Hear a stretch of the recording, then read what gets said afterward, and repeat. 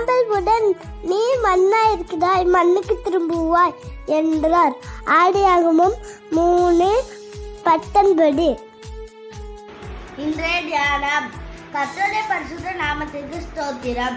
இந்த மண்ணான சரீரத்திலே தேவனுடைய சுவாசத்தை, உயிர் மூச்சை நாம் பெற்றிருக்கிறோம். அந்த மூச்சை, அந்த சுவாசத்தை தேவன் திரும்ப வாங்கி கொண்டால் அவைகள் மண்ணுக்கு திரும்பும்.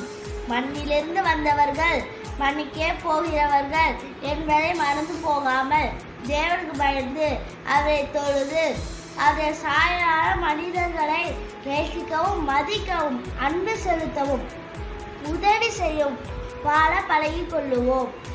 நம்மை சிருஷ்டித்தவர், கனிமண்ணினாலே பிசைந்தவர், அவருடைய சுவாசத்தை, உயிர் மூச்சை நமக்கு இரவலாக கொடுத்திருக்கிறார். அவரை பணிந்து அவர் நம்மை பூமியில் ஏற்படுத்திய நோக்கத்தை உணர்ந்து அறிந்து அவரை பயத்துடனே சேவிப்போம். ஆமென்.